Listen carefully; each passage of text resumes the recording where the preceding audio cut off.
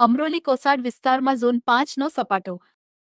Surat zone 5 DCP Lagdhirsinh Zala અને તેની team ACP PI સહિતના કાફલા સાથે રાંદેર અને અમરોલી વિસ્તારમાં અલગ અલગ ટીમો બનાવીને કમ્બિંગ અને ફૂટ પેટ્રોલિંગ આયોજન કરવામાં આવ્યું હતું. તે દરમિયાન 30થી વધારે 135ના કેસો કરવામાં આવ્યા અને 85 જેટલા અસામાજિક તત્વો ઉપર કાયદેસરની કાર્યવાહી કરવામાં આવી અને અટકાયતી પગલાં લેવામાં આવ્યા.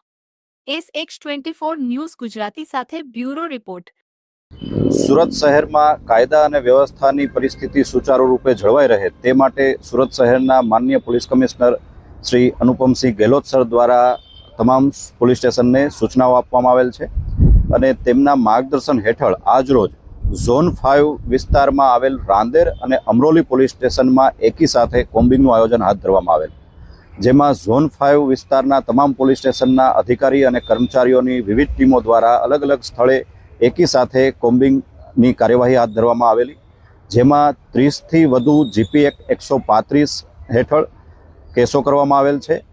આ ઉપરાંત 85 જેટલા અસામાજિક તત્વો વિરુદ્ધ કાયદેસર કાર્યવાહી હાથ ધરવામાં આવેલ છે તેમજ તેઓ વિરુદ્ધ અટકાયતી પગલાં પણ લેવામાં આવેલ છે.